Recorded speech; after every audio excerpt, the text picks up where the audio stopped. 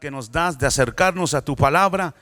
Habla a nuestro corazón, Señor, y podamos ser edificados todos en esta mañana para la gloria de tu nombre, Señor.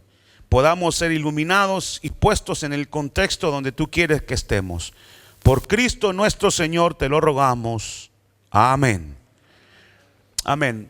Vamos a abrir la Biblia, hermanos queridos, en el capítulo número 7 del Evangelio de Marcos. Evangelio de Marcos, capítulo número 7.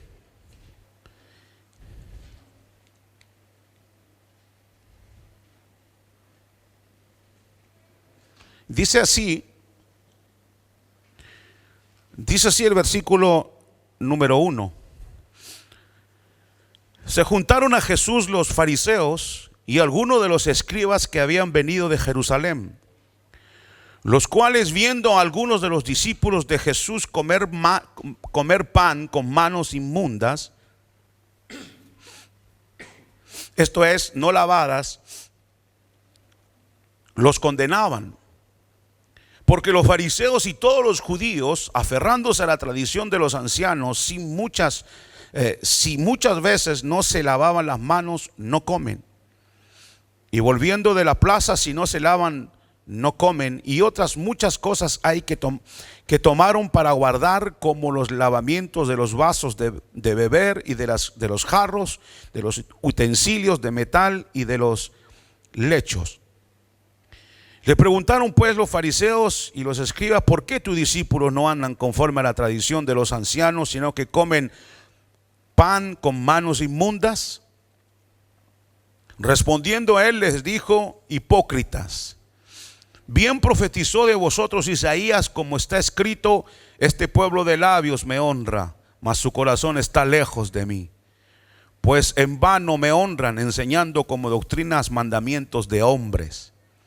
Porque dejando el mandamiento de Dios, os aferráis a la tradición de los hombres, los lavamientos de los jarros, de los vasos de beber y hacer otras muchas cosas semejantes.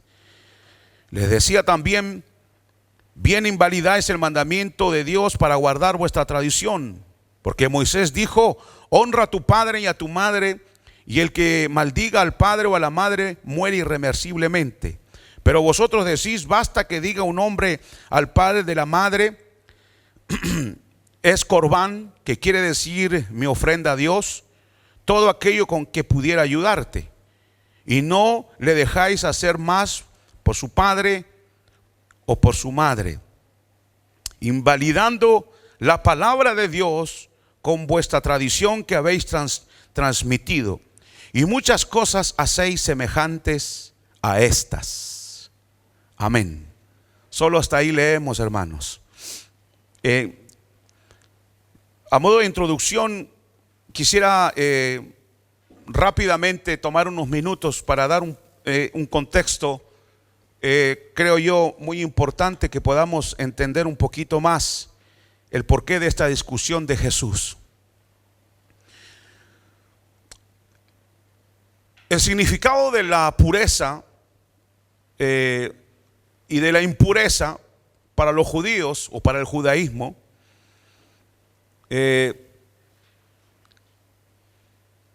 era muy valiosa, ya que descendía y venía de la ley de Moisés, de lo que Dios había establecido al pueblo de Israel.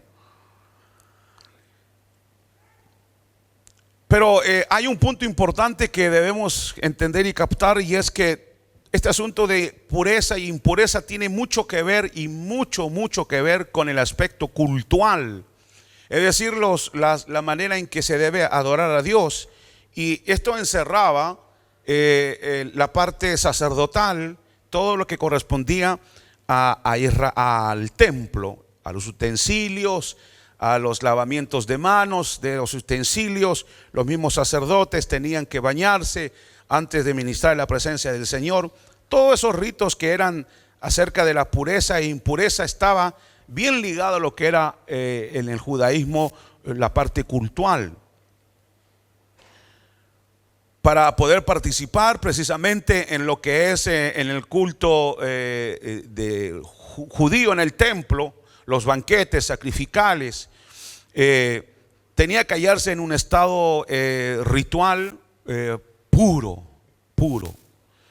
Y habían leyes que había establecido Moisés con respecto a esto. Y de no hacer y de no cumplir esos ritos, lo que sucedía era que la persona, el sacerdote o el levita, quedaba, o mismo la persona que iba a adorar a Dios, quedaba excluida de las actividades que demandaba el adorar a Dios en el templo. Los judíos, el judaísmo tenía reglas de pureza específicas, tanto como los alimentos puros, los alimentos inmundos. Clasificaban los objetos según los grados de pureza, de impureza. Había una clasificación. Ellos decían quién era apto y quién no era apto para adorar a Dios, si estaba ceremonialmente puro o no puro. Habían reglas específicas para esto. Entonces, en el Antiguo Testamento nos encontramos regularmente con afirmaciones como: serás santo porque yo soy santo. Pero entienda la palabra santo en el sentido de apartado, de no hacer lo que todas las otras naciones hacían. No comerás carne, tal carne, no tocarás cadáveres, son inmundos para ti, etcétera, etcétera. Eso está en Levítico 11. Entonces no hay duda de que el antiguo Israel tenía un agudo sentido de la pureza y de la contaminación. Ellos tenían claro, muy claro, qué era la pureza y qué era la contaminación. ¿Qué significa pureza en el pensamiento judío? Bueno, ya sabemos que pureza, lo contrario de pureza, es suciedad. Cuando alguien está fuera de lugar o cuando viola el sistema de clasificación en el que se estableció dentro de la sociedad judaica. Cuando no califica, está fuera del lugar que debe estar, o está en un lugar pero debe estar de cierta manera para poder estar en ese lugar. Por ejemplo, le voy a dar un ejemplo: un agricultor que trabaja en el campo, está cubierto de polvo, de paja, sus zapatos tienen un montón de barro, se le seca el barro, se vuelve a entrar al barro y está todo sucio, su ropa huele a campo. Y dentro de ese medio, aquel agricultor, nadie diría que es sucio, porque en ese ambiente no está sucio, aunque sí está sucio, pero no está sucio. ¿Dónde estaría sucio? Cuando entra a la sala de comer con toda esa ropa. Entonces ahí sí, la esposa le dice: vete a bañar, límpiate, cámbiate que está sucio. Pero la esposa nunca le diría en el campo y lo ve todo ahí lleno de barro, no le diría que sucio estás, porque esa suciedad en ese ambiente no es tanto suciedad. La idea es estar sucio en un lugar no adecuado, o estar así pero en un lugar donde ya no va. ¿Me están escuchando, hermanos? Entonces, esa era la idea. Entonces, en Israel, cuando una persona que no entendía todas estas cosas llegaba a Israel, tenía que tener muy claro cómo funcionaba ese pueblo, porque constantemente se encontraría fuera de lugar. ¿Me entienden? Estaría fuera de lugar porque había muchas reglas que habían establecido los judíos conforme a la ley. Ahora, hay un lugar para cada cosa en la mente del judío, y cada cosa en su lugar. Entonces, hay un lugar para cada cosa y cada cosa en su lugar. Entonces, esto aplica a lugares, a cosas, a personas, etc. Ahora, lo que está en su lugar, eso es puro. Lo que está fuera del lugar, eso es impuro. ¿Entienden? Por ejemplo, usted llega, es un turista en la época del Señor, viene de Roma, no sabe nada de eso, y de repente ve el templo y se le ocurre meterse en el lugar santísimo. ¿Se imaginan eso? Muerto. Y para él es un lugar donde, bueno, hay unas cortinas y detrás hay una caja de madera. Pero va a estar en el lugar equivocado porque no tiene conciencia de que en ese tiempo un gentil no podía entrar al lugar santísimo. Eso era abominación. No se podía. Ni siquiera un judío que no fuera levita podía entrar ahí. Entonces, la idea es entender de que, hermanos, Israel se movía bajo esas reglas y había que tener muy en claro esas reglas para poder vivir en medio de los judíos. Porque si no, constantemente es como si usted llegara a un país por primera vez y lo sueltan allá, yo que sé, allá en Medellín, en Bogotá, allá no sé, ¿a dónde lo sueltan? En Lima, allá, que lo suelten en Lima a conducir carro. Él cree que aquí en Francia, rojo, se paró. Prioridad a la mano derecha. Eso no existe. Sí existe, pero ¿quién lo respeta? No quiero denigrar a los peruanos para nada, pero yo lo digo porque yo vi. Y la gente no respeta nada. Yo, incluso mi cuñado, yo vi que le dije, oye, está rojo. Y entonces dije, bueno, ¿y a dónde estoy yo aquí? Entonces era lo mismo. Yo llegué a una ciudad donde no sé cómo funcionan las cosas. Pensaba que sabía, pero no sabía. Entonces la persona que no conoce esto se encontraba bien perdido en Israel, porque fíjese esto, le voy a dar otro detalle más. Había 10 santidades, 10 conceptos de santidad. Le voy a dar el primero. Para el judío, la tierra de Israel es más santa que cualquier otra tierra. ¿Está bien? Para el judío, la tierra de Israel es la más santa que hay en cualquier parte. Las ciudades amuralladas de la tierra de Israel son aún más santas que la tierra misma de Israel. La tierra de él es santa, pero más santa son las ciudades amuralladas. Dentro de los muros de Jerusalén es aún más santo. ¿Qué va a saber usted cuando llega ahí? Para usted ve un muro y se acabó. No, para ellos, adentro del muro es más santo. El monte donde está, ¿han visto donde está la explanada del templo? La mezquita, la famosa mezquita que está ahí, que es conocidísima en Jerusalén, a donde estaba el templo de Jerusalén antes. Entonces, el monte del templo es aún más santo que las murallas. La corte de las mujeres aún más sagrado. La corte de los israelitas aún más santo. La corte de los sacerdotes aún más santa. El pórtico entre el altar y lo más sagrado del lugar santísimo es aún más santo. El santuario aún es más santo. Y el lugar santísimo, ni hablar, ahí habita Dios. Entonces la idea aquí es los círculos. ¿Han visto cuando uno tira una piedra? ¿Cuándo han tirado alguna vez una piedra en el mar así o en un río y hacen? Entonces la idea es esa. La nación de Israel, los muros, los lugares amurallados, el lugar de las mujeres, de los hombres, y llegamos al templo y llegamos al centro mismo de la santidad máxima, que es el lugar santísimo. Así era Israel. Entonces el territorio gentil fuera de las murallas de la ciudad de Israel, no tenía nada de sagrado. Al entender esto, usted entiende por qué algunos, por ejemplo, a Jesús lo criticaban. ¿Por qué te metes en una casa de los gentiles? Estaba desubicado. Si usted lee bien el Evangelio de Marcos, va a encontrar que Jesús está desubicado, que parece que no es judío, que viola un montón de leyes y parece que no está dentro del marco y del conocimiento. Quizás algunos dudaron, bueno, este judío no, a cada rato anda violando todas las leyes, o no violando la ley porque él la cumplió, pero sí andaba violando otra cosa que vamos a ver ahora. Ahora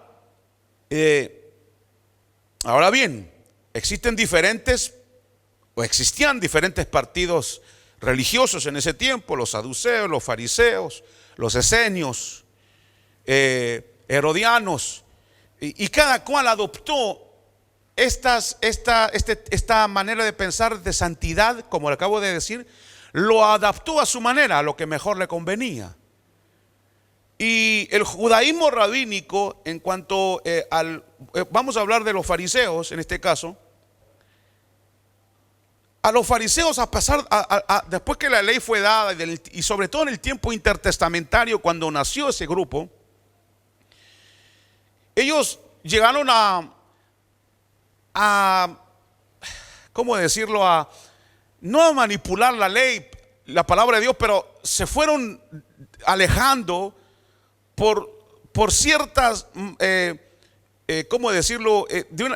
Interpretaban la ley de una manera que ya empezaron a verlo de una manera ya más conveniente hacia ellos, hacia las riquezas que podían obtener de la religión judaica.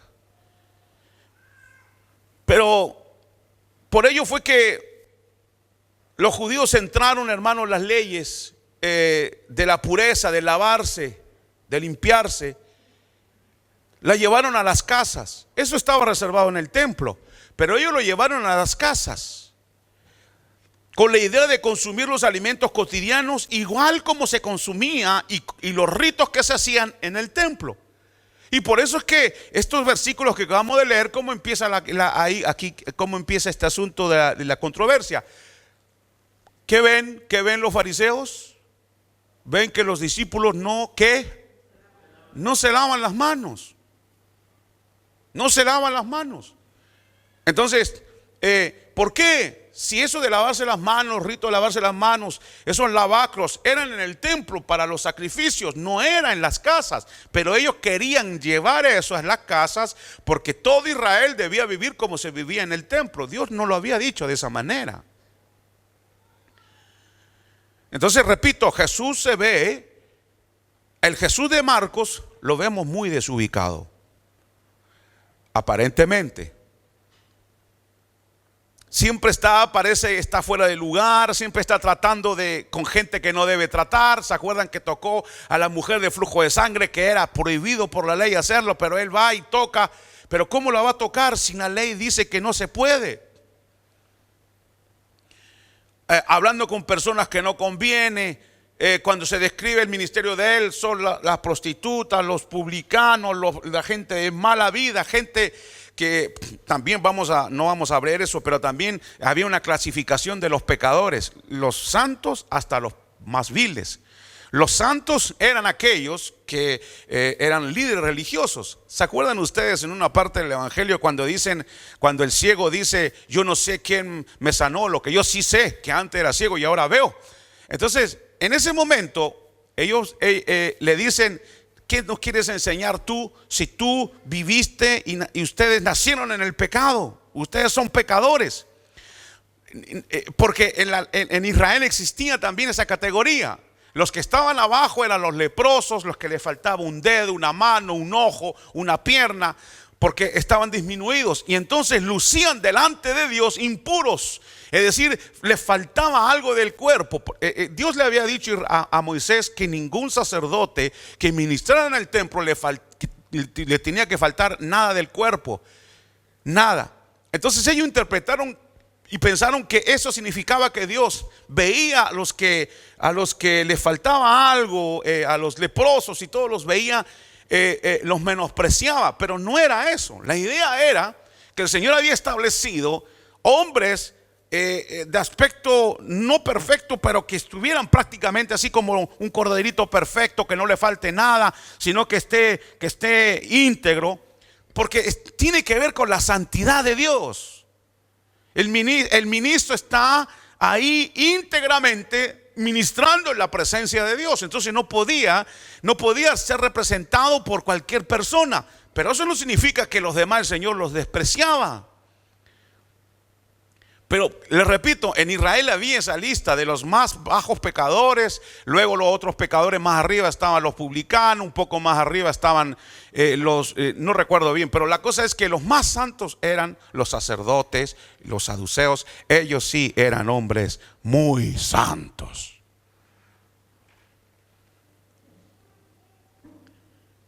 Veamos entonces el versículo 1. Los fariseos y algunos de los escribas que habían venido de Jerusalén se reunieron alrededor de él y vieron que algunos de sus discípulos comían pan con manos no lavadas, inmundas, es decir, sin lavar. Los versículos 3 y 4 no lo vamos a leer, usted lo puede leer, pero vamos a ganar tiempo. Los versículos 3 y 4 es un paréntesis que abre Marcos para explicar al no judío qué significa eso. ¿Ok? Y ahí explica lo que significa es que ellos van a buscar, se lavan las manos, los jarros, los vasos y todo. ¿Está bien? Entonces no vamos a ver eso. Versículo, pero sí una parte aquí, verso 3 dice, observando así la tradición de los ancianos. Si usted lee bien en esos versículos, el Señor, ellos dicen, tus discípulos están pisoteando la tradición de los ancianos. Y Jesús más adelante le va a decir, y ustedes están quebrantando el mandamiento de Dios. O sea, ¿cuál era lo más importante? ¿La tradición de los ancianos o el mandamiento de Dios?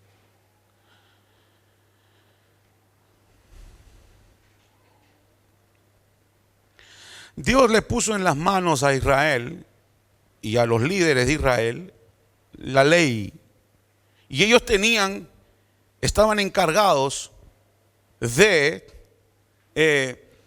transmitir esa ley. Ellos debían aplicarla de manera adecuada, debían interpretarla de manera adecuada y transmitirla y enseñarla de manera adecuada. Debían capacitar nuevos maestros con el fin de que las nuevas generaciones también conozcan la ley de Dios y pudieran a su vez ir enseñando. Así como Pablo cuando dice a Timoteo, te encargo que enseñe la palabra, que instruya a hombres idóneos y que ellos enseñen a otros. La idea es eso, transmitir la verdad de Dios. El punto está, cuando se transmite la verdad de Dios, puede que empiece a desviarse en el caminar de esa transmisión oral. Y también los judíos debían proteger esa ley. Ahora, en lugar de protegerla, en lugar de bien y explicarla, poco a poco empezaron a socavar la ley de Dios, hasta llegar al punto de contradecirla. Ellos regularon la ley con el tiempo, esas regulaciones regularon. Es decir, la tradición de los ancianos es como otro libro. Aquí está la ley y aquí está la tradición de los ancianos. La tradición de los ancianos es la interpretación de la ley de Dios. El punto está en que ellos empezaron a pasar el tiempo, escribían sus interpretaciones, pero la empezaron a interpretar de una manera incorrecta. Que lo vamos a ver ahora, el Señor le va a dar un ejemplo. Y por años sucedió eso. De tal manera que cuando viene Cristo a la tierra se encuentra que su verdad está opacada por la tradición de los ancianos. ¿Sabían ustedes, hermanos, que los rabinos llegaron a decir que la tradición de los ancianos era más importante que la ley? Por allá por el siglo XIV, un sacerdote católico dijo, es mejor estar sin la ley de Dios que estar sin papa. Porque así es decir que poco a poco las iglesias se van llenando de tradición de hombres, que se va anulando la palabra de Dios sin darnos cuenta.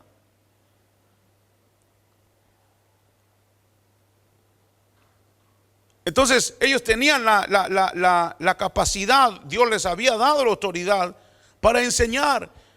Ahora llega Cristo y encuentra que la tradición, la interpretación de ellos, muy mala interpretación, porque el Señor tiene que corregir prácticamente muchas de las cosas que ellos habían enseñado. Oísteis que fue dicho, mas yo os digo. Vengo a rectificar, vengo a explicar la ley porque no le han explicado. Se la han tapado con la tradición de los hombres. Y por eso que los fariseos no entendían cómo es posible que Jesús esté desubicado cuando Él es judío y sabe cuáles son las leyes y conoce la tradición de los ancianos y sabe muy bien que nuestra autoridad es la autoridad máxima aquí. Entonces el Señor viene y dice y aparece y le dice a sus discípulos, no se laven las manos, coman así nomás. Y claro, van a comer y aparecen, ¡ah! ¿Qué están haciendo ustedes? ¡Ah! Eso es para que despierten. Pero ¿qué están haciendo? Desde el capítulo 3 creo por ahí que ya no veíamos los fariseos. Lo que pasa es que ellos iban y venían, iban a Jerusalén a reportar lo que hacía Jesús y luego volvían. Y cuando volvían se enfrentaban a él. Y entonces ahí están enfrentándose. Bueno, ¿y qué pasa? ¿Por qué tus discípulos no hacen el rito de lavamiento de manos antes de comer? ¿Quién lo dice? La tradición. Y Jesús dice, pero no es la ley de Dios. ¿Por qué los discípulos hacen eso? Aquí no se trata de que usted llegue a su casa. ¿Cuántos de ustedes se lavan las manos antes de comer? Amén. Eso es bueno. Pero ahí no está hablando de que solo se laven las manos. Había una oración que hacer. Tenían que hacer chorrear el agua por aquí y que cayera en el codo y de ahí se fuera para abajo, porque si esa agua que bajaba, usted hacía la mano así, volvía para abajo, entonces el agua la volvía otra vez a contaminar la mano. Entonces esas eran puras tonteras que ellos se habían inventado, pero para el pueblo esa era ley. Y que hicieron una oración antes de comer. Entonces, imagínense, viene Jesús y están ahí los discípulos y se comen el sándwich, yo que sé, aleluya, gloria a Dios. Y dicen, ay, ¿por qué no se lavan las manos ustedes? ¿Cómo es posible?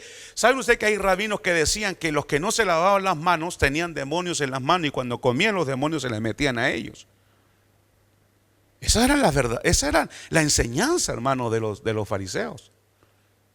No de todos, pero muchos de ellos tenían esas supersticiones.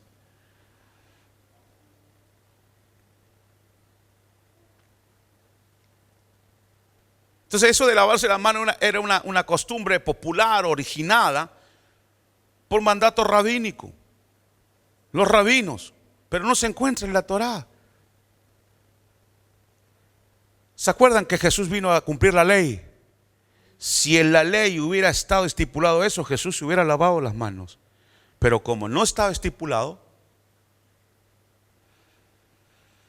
y así los fariseos a través del tiempo fueron añadiendo a la ley de Dios enseñanzas, interpretaciones de las escrituras que se alejaron de la revelación divina. A tal punto que Jesús viene y tiene que corregirlos severamente.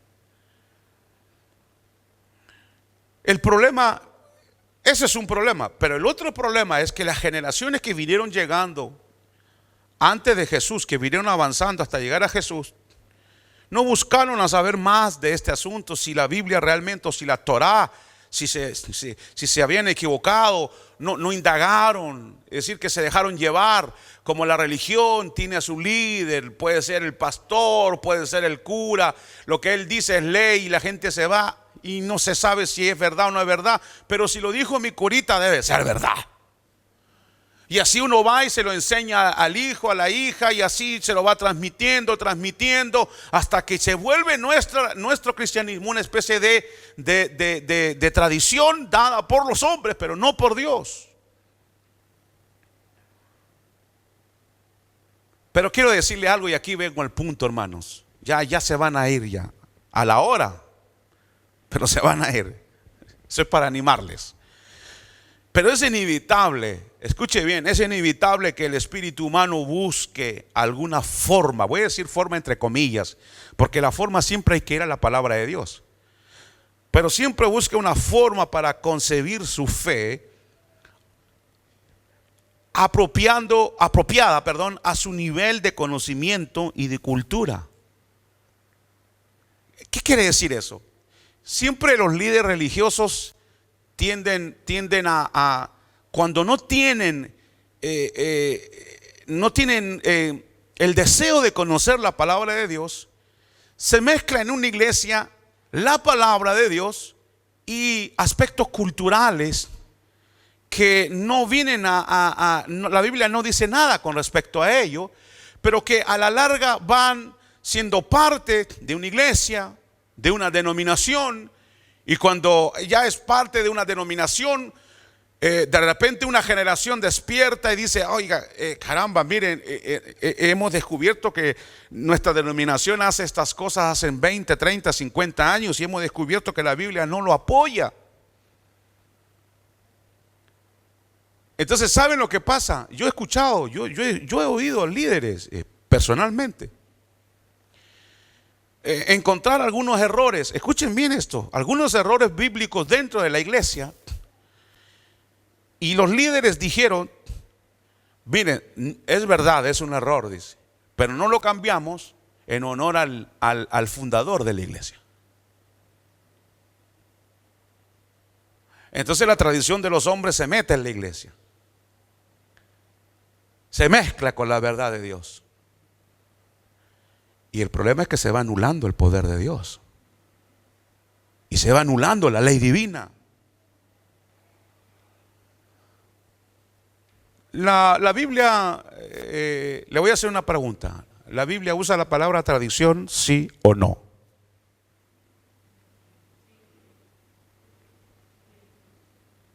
Sí. ¿Quién dice no? Sí, sí la usa. ¿Qué significa qué significa tradición? Significa instrucción, instruir o instrucción transmitida. ¿Está bien? Usted es cristiano y usted le transmite a su familia, a sus hijos, lo que usted aprende. Ojo, ojo, que eso que usted transmite sea bíblico. Escuchen las palabras de Pablo a los Colosenses en el capítulo 2. Tengan cuidado, no presten atención a los que quieren engañarlos con ideas y razonamientos que parecen contener sabiduría, pero que solo son enseñanzas humanas. Enseñanzas humanas. La Biblia de las Américas traduce, son tradiciones humanas. Esa gente obedece a los espíritus poderosos de este mundo y no a Cristo. Es decir, que dentro de la iglesia hay tradiciones cristianas, pero también hay tradiciones de hombres. Tradición en el sentido de transmitir. Se transmitió una verdad y la hemos recibido nosotros y la hemos recibido como palabra de Dios. Pedro dice, fuiste rescatado de vuestra vana manera de vivir, la cual recibiste de vuestros padres. Nuestros padres nos enseñaron cosas no buenas. Y Juan nos exhorta, amados, no creáis a todo espíritu, sino probad los espíritus. Ahí no está hablando de espíritu, de demonio. Ahí está hablando de personas. Prueben a las personas que les enseñan si son tradiciones transmitidas de la palabra de Dios y que ustedes pueden transmitirla también. Verso 6, aquí en Marcos dice, Él les dijo, bien profetizó Isaías de vosotros hipócritas, como está escrito, este pueblo con labios me honra, pero su corazón está muy lejos de mí. Oiga esto, ¿se alejó el corazón? Sí, pero no de la noche a la mañana. Se fue alejando a medida que las tradiciones de los hombres se fue metiendo en la iglesia o en el grupo cristiano, que hizo que Israel llegara a tener un culto a Dios sin esencia religioso. Podía adorar a Dios teniendo un corazón lleno de todo menos de Dios. Porque así dice, me rinden culto cuando vuestro corazón está lejos. ¿Cómo se alejó? Porque la tradición de los hombres se mezcló dentro de la iglesia y fue anulando la palabra de Dios, de tal manera que ahora nos encontramos con un corazón lejos de Dios, pero igual canta, igual va a la iglesia, pero es un corazón que está lejos. Tiene tradiciones, tiene enseñanzas que se le fueron transmitidas, pero son bíblicas. Son bíblicas. Y luego dice, enseñando como doctrina preceptos de hombres. Verso 8, dejando el mandamiento de Dios, os aferráis a la tradición de los hombres. Ese es el problema, hermanos.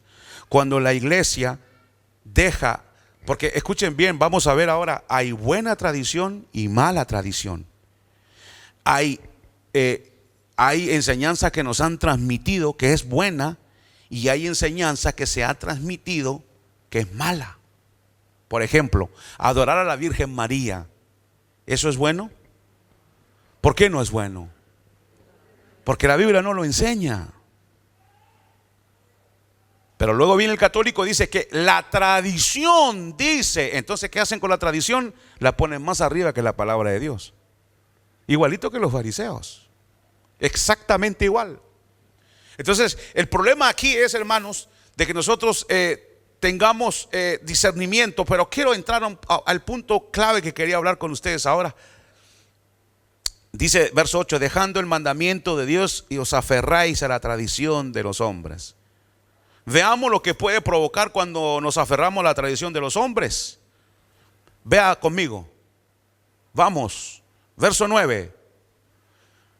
También les decía, ustedes violan, oigan, no la tradición de los hombres, violan el mandamiento de Dios para guardar vuestra tradición. Miren, hermanos, hasta dónde llega la hipocresía de esta gente.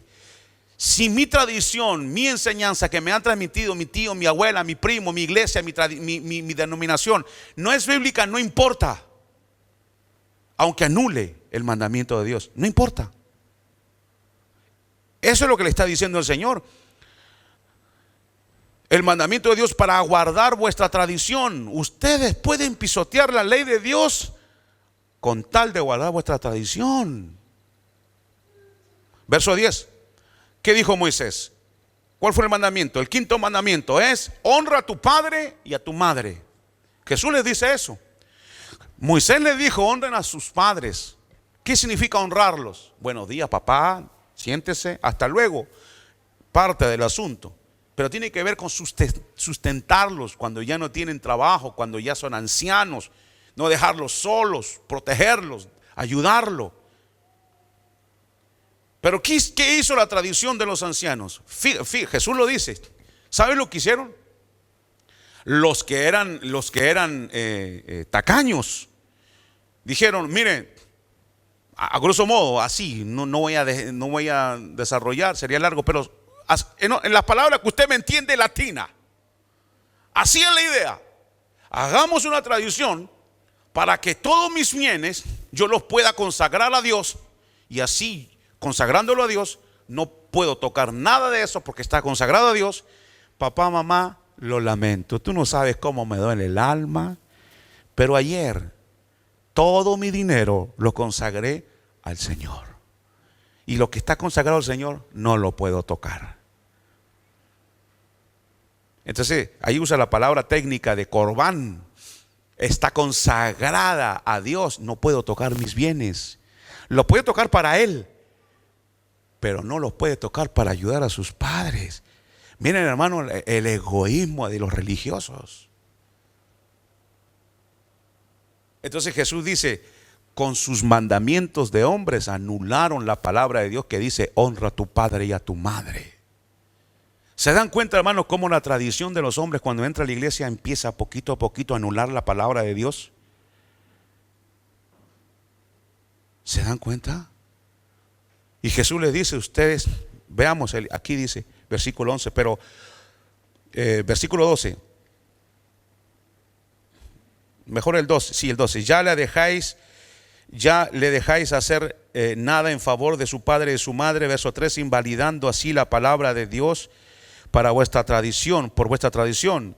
Y no les quiso decir por vuestra codicia, y por ser mezquinos, la cual habéis transmitido, y hacéis muchas cosas semejantes a estas. Eso no se lo inventaron ellos ahí, eso venía de tradición. ¿Qué es tradición? Enseñanza transmitida. Entonces ellos venían a reclamarle al Señor: Señor, ¿por qué tus discípulos no se lavan las manos? Y el Señor dice: porque no está en la Torá. Ahora yo le hago la pregunta: ¿por qué ustedes no honran a su padre y a su madre? Eso sí está en la Torá. ¿Y por qué no lo hacen? Porque mi tradición religiosa me dice que no.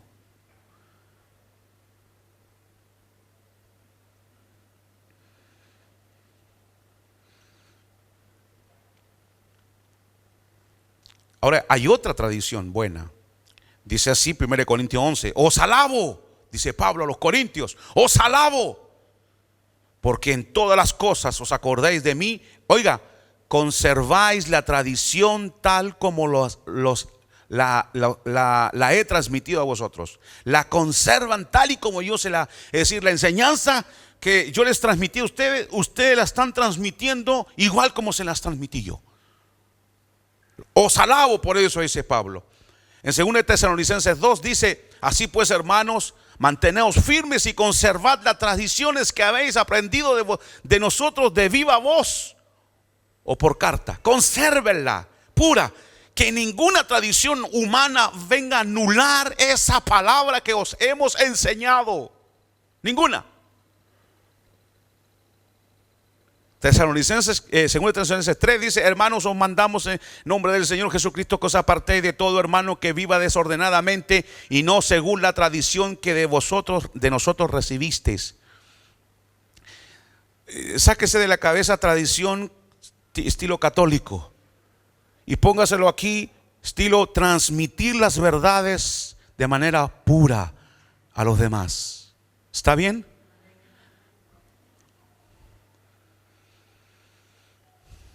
Y aquí es donde está ya está el final del mensaje. Existen diferentes elementos que hacen que la iglesia vaya dejando de lado la ley de Dios y poco a poco vaya aceptando las enseñanzas venidas de la mente humana. Cuando la iglesia se desconecta, oiga, de la tradición, de la buena, cuando se desconecta la tradición de la iglesia, si se desconecta la tradición de la iglesia que nos precedió. ¿Qué quiere decir eso? Lo voy a explicar un minuto más. Ahora, yo pregunto, la iglesia que nos precedió, estoy hablando de 2000 años. 2000 años de historia de la iglesia del Señor. Yo le hago esta pregunta: ¿la iglesia que nos precedió fue iluminada por el Espíritu Santo? ¿Fue conducida a toda verdad? ¿Sí o no? Sí. Correcto. Entonces la pregunta es: si es así, entonces ¿cuáles son las tradiciones que nos han transmitido? Repito, las enseñanzas que nos han transmitido, que nos pueden ayudar a iluminar nuestro propio camino en el día de hoy. ¿Cuáles son las tradiciones no bíblicas las cuales debemos evitar y no seguir transmitiéndolas? Porque no son bíblicas. Para no caer en la sentencia del Señor Jesús que dijo: este pueblo con labios me honra, pero ahora dejaron el mandamiento de Dios aferrándose a la tradición de los hombres.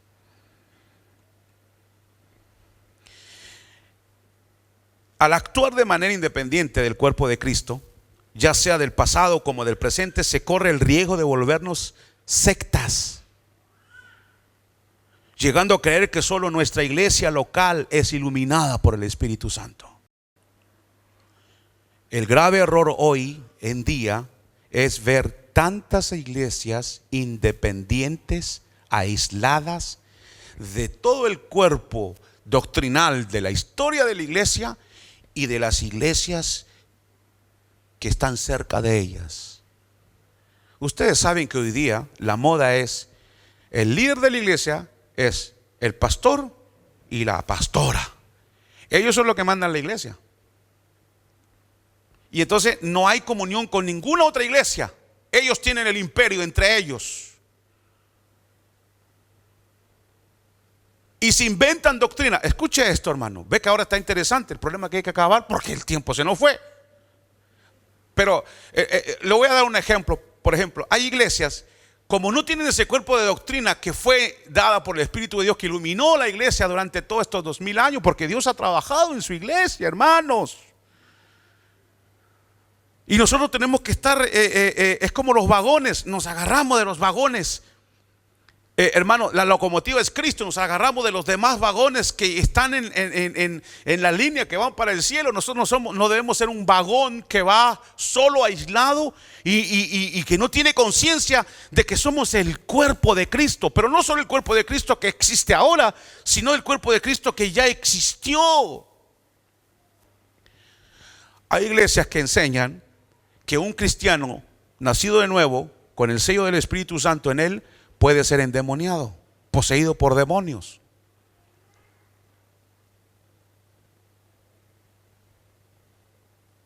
¿Dónde está eso en la Biblia? Hermano, lo que pasa es que dice que sale un demonio, son 7, bien, va a buscar 7 más. ¿Se dan cuenta? Si le hiciéramos caso a los hombres de Dios que nos han transmitido verdades profundas, hermanos, ¿qué libro tiene usted en su biblioteca?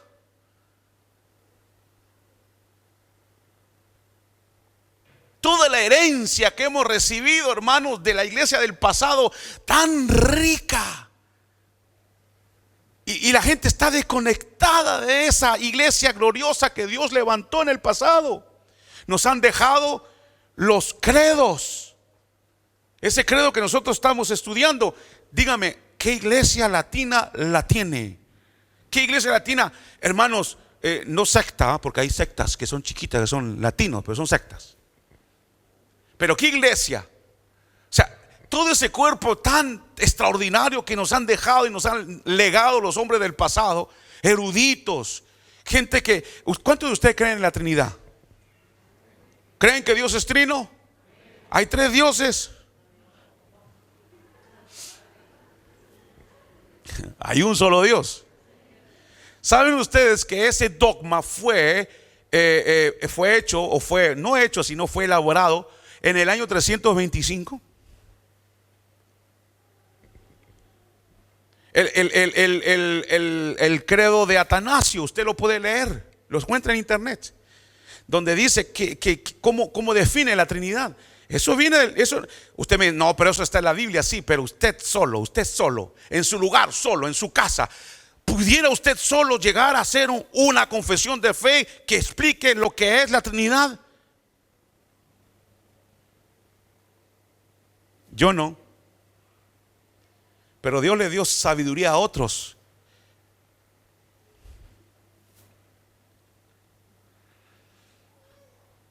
El credo de Atanasio: todo el que quiera salvarse debe ante todo mantener la fe universal. El que no guardar esta fe íntegra y pura, sin duda perecerá eternamente.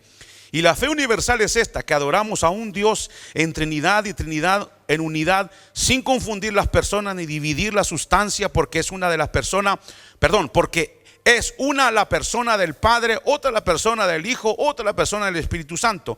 Mas la divinidad del Padre, del Hijo y del Espíritu es toda una, igual la gloria, coeterna, la majestad, así como el Padre, así el Hijo, así el Espíritu Santo, increado en el Padre, increado en el Hijo, increado en el Espíritu Santo, incomprensible el Padre, incomprensible el Hijo, incomprensible el Espíritu Santo, eterno es el Padre, eterno es el Hijo, etcétera, etcétera, etcétera.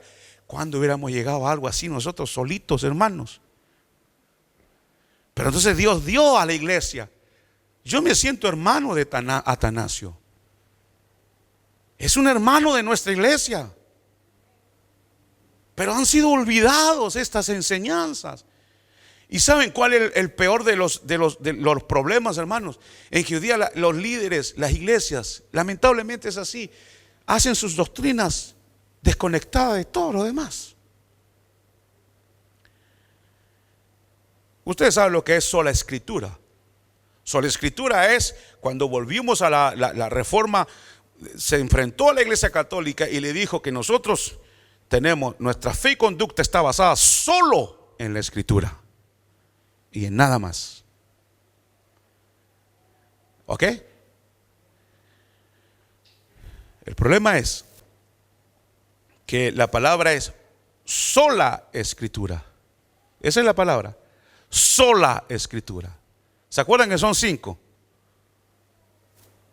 Sola escritura.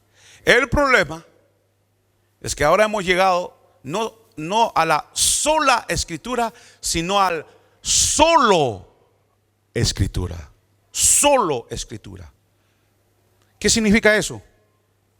Que cada uno lee la Biblia a su manera. Las escrituras ya no tienen un sentido objetivo ni común, sino que tienen un sentido subjetivo e individual. Subjetivo, es decir, lo que se me ocurra a mí, hermanos. ¿Por qué hay tanta herejía en las iglesias hoy día? ¿Ah? ¿Por qué cree usted? ¿Saben por qué? Porque hay solo escritura. Es decir, que el líder que está en la iglesia interpreta la escritura independientemente de todo el cuerpo cristiano o evangélico y todo el cuerpo doctrinal de la historia de la iglesia hasta nuestros días. Independientemente.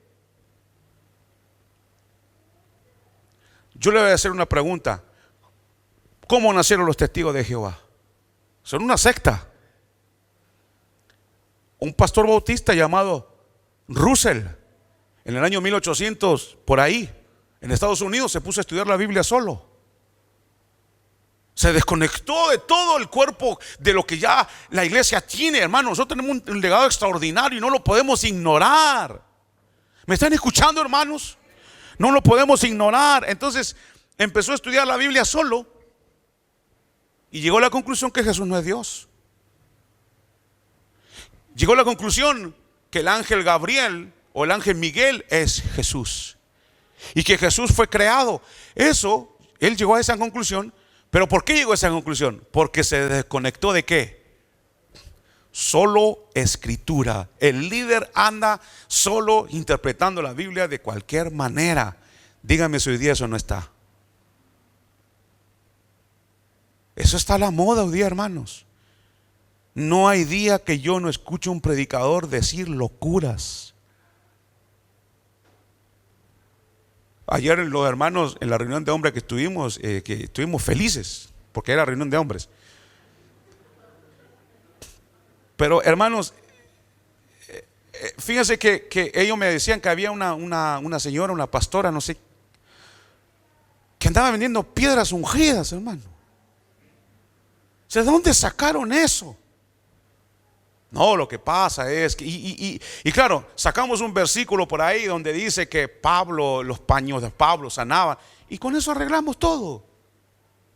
Y nos saltamos, hermanos, un cuerpo de doctrina que viene hace 2000 años. Yo creo honestamente que Dios iluminó a los hombres del pasado. Nosotros no somos únicos. Y si Dios los iluminó, ¿por qué no aprender de ellos? Nosotros no enseñamos solo escritura, nosotros enseñamos sola escritura. Estamos ligados unos a otros, somos un cuerpo y no andamos inventándonos cosas. Hay muchas teorías circulando, nuevas especulaciones, nuevas construcciones de doctrina. Cada uno reclamando el derecho de poner a un lado el pasado y reemplazarlo con su fantasía que se acaba de ocurrir en su mente.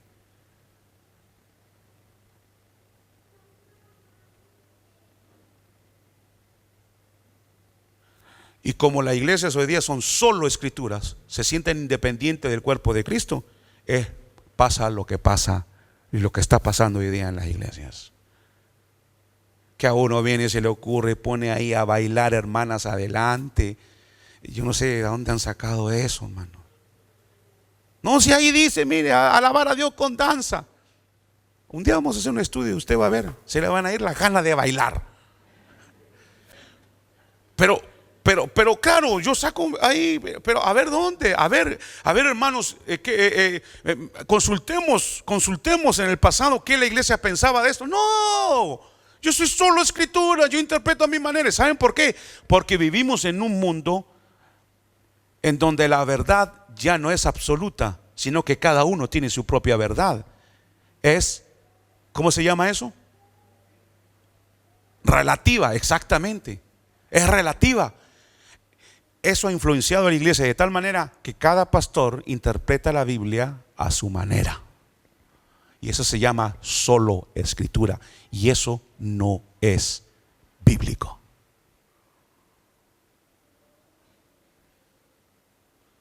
Por eso que los fariseos se desconectaron de la ley de Dios. Y llegó un momento en que se presentan ante Cristo y Jesús le dice: con la tradición de ustedes han anulado el mandamiento de honrar a su padre y a su madre, porque ustedes son solo escritura, se desconectaron de la ley de Moisés.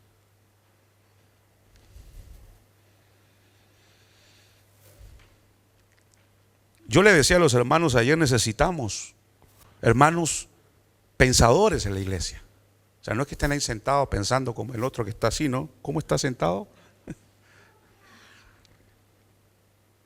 Teniendo ya las bases bíblicas, podemos escarbar más en las enseñanzas bíblicas y descubrir más cosas, no nuevas, sino ampliar la misma doctrina. Por ejemplo, el que se ocupa de la astronomía, basado en las leyes de la astronomía, va a buscar mayores enseñanzas o descubrimientos, pero basado en esa ley. Y él sabe que no va a terminar concluyendo que la astrología se parece a la astronomía. De ninguna manera.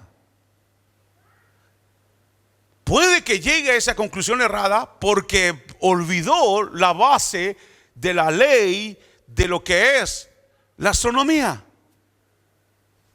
Y así es lo que sucedió, hermanos, en el siglo XIX. Los modernistas, los teólogos modernistas, que se despegaron de todo el cuerpo de doctrina del pasado que Dios había dado, y empezaron a decir que el Nuevo Testamento tenía que ser depurado de todo lo que era sobrenatural, porque en el siglo XX el hombre no puede creer que Jesús caminó sobre el agua.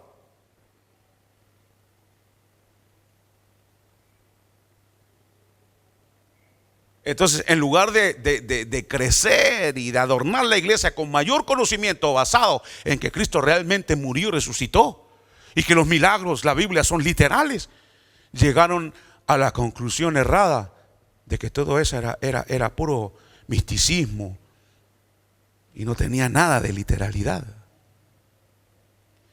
Entonces nosotros necesitamos conocer el cuerpo de doctrina sano para luego trabajar y poder adquirir mayor conocimiento para la gloria de Cristo y para que nosotros seamos edificados y no cometamos el error de ir transmitiendo la ley de Dios de tal manera que cuando lleguemos ante el Señor nos diga: yo no te conozco.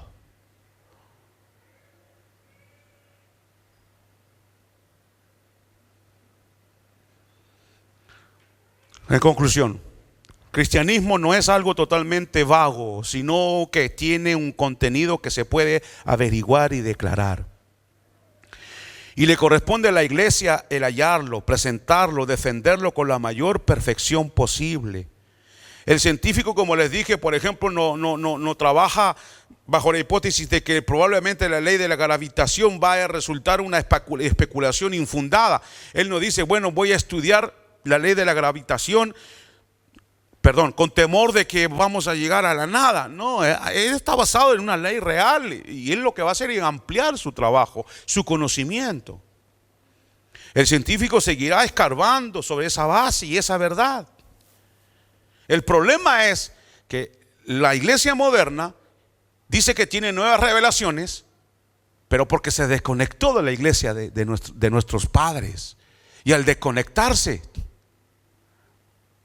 llegan a decir que están estudiando astronomía, cuando en realidad lo que están estudiando es astrología.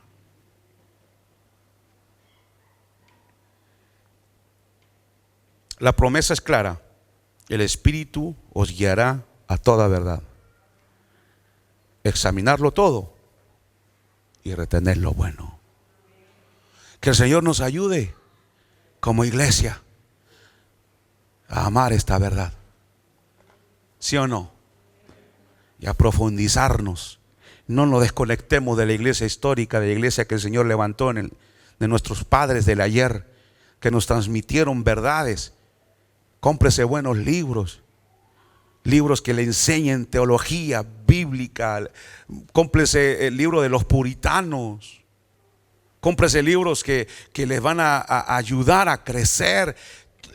lea los credos, y si tiene duda de cosas podemos discutir y llegar, y esa es la idea de poder engrandecer, hermanos, el conocimiento para la gloria de Cristo. Quiera Dios que así sea, hermanos, y que no nos convirtamos en de aquellos que transmiten tradiciones pero humanas. Vamos a orar. Señor, venimos a ti con toda humildad, porque en realidad, Señor, se necesita humildad para acercarse a tu libro santo. Los hombres, Señor, no tienen la capacidad, y tu palabra así lo dice, de interpretar esta palabra. Todo aquel que se acerca a tu palabra con orgullo y con autosuficiencia no podrá llegar a entenderla. Tú pides de nosotros humildad, sencillez, dependencia del Espíritu Santo. Señor, ayúdanos a aprender las verdades para poder transmitir las verdades sin que al pasar el tiempo se vayan transformando en tradiciones de hombres y que terminen anulando el poder de Dios y eclipsando tu verdad. Señor, ayúdanos. Tú sabes cuántas iglesias, cuántas denominaciones que empezaron bien, hoy día ya terminaron muy lejos, con tradiciones de hombres muertas, lejos de tu verdad. Señor, no somos mejores, ni tampoco somos de aquellas iglesias desconectadas de la historia de la iglesia. No somos electrones libres, pertenecemos al cuerpo de Cristo y queremos permanecer ahí. Enséñanos a aprender, a profundizar, como dice Hebreos, que las doctrinas de imposición de manos, que las doctrinas acerca del juicio venidero, todas esas doctrinas ya están en vosotros. Dice, vamos adelante a la perfección. Vamos perfeccionando el conocimiento, no solo para llenar nuestra mente, sino que para honrarte mejor y preservar tu verdad. Ayúdanos a no desconectarnos del cuerpo de Cristo. No permitas que caigamos en ese error de solo escritura, en donde interpretamos la escritura de manera subjetiva, a nuestra manera de ver, a nuestra manera de sentir, a nuestro humor, sino que tomemos en cuenta lo que ya se ha interpretado y que podamos con reverencia pedirte ayuda para entender verdades que nos cuestan entender, pero que tú quieres que entendamos. Y así podamos, Señor, las nuevas generaciones que llegan a tu iglesia, transmitirles las tradiciones de la Biblia. Enséñanos y ayúdanos a ser guardianes de esta verdad. Que de ninguna manera despreciemos tu palabra. Y que no busquemos, Señor, el quererla interpretar lejos de tu mano, de tu ayuda, de tu amparo. Gracias por la iglesia de ayer, la que tú, Señor, guiaste en la luz. Ayúdanos a tomar de la mano, Señor, a esos hombres del pasado que tú diste a tu iglesia, porque somos eslabones, somos hermanos de Atanasio, somos hermanos de Lutero, hermanos de Calvino, hermano, Señor, de Spurgeon, hermano de todos esos hombres, de Jonathan Edwards, de todos esos hombres de Dios que recibieron la verdad de Dios y que fueron iluminados por el Espíritu Santo. No permita, Señor, que caigamos en ese error de creer que nosotros tenemos solo la verdad. Ayúdanos a encajar en el lugar que debemos encajar, en el cuerpo de Cristo. Bendice a tu pueblo y dale hambre por la palabra de Dios. Hambre por la palabra de Dios. Hambre y sed de justicia. Y que aprendamos y transmitamos las verdades. Por Cristo nuestro Señor. Gracias, Padre bueno. A ti sea la gloria por siempre. en Cristo Jesús. Amén.